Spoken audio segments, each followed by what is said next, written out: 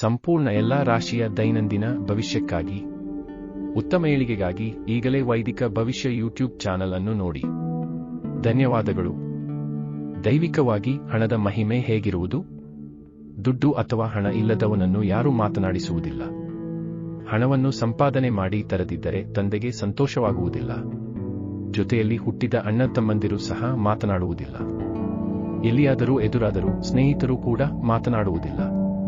ಹೆಂಡತಿಯೂ ಸಹ ಸರಿಯಾಗಿ ಮಾತನಾಡುವುದಿಲ್ಲ, ಸೇರುವುದಿಲ್ಲ. ಹಣ ಇಲ್ಲದೆ ಇದ್ದರೆ ಜಗತ್ತು ಹೇಗಿರುತ್ತಿತ್ತು?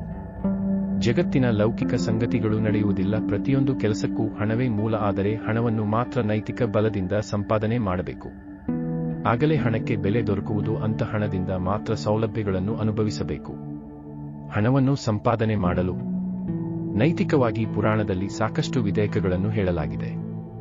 ರೀತಿ ನಿಯಮದಂತೆ ಪೂಜೆ ಪುನಸ್ಕಾರಗಳನ್ನು ಮಾಡಿದರೆ ಹಣವನ್ನು ಸಂಪಾದನೆ ಮಾಡುವ ಮಹಿಮೆ ಮನುಷ್ಯನಿಗೆ ದೊರಕುತ್ತದೆ. ಗಮನಿಸಿ.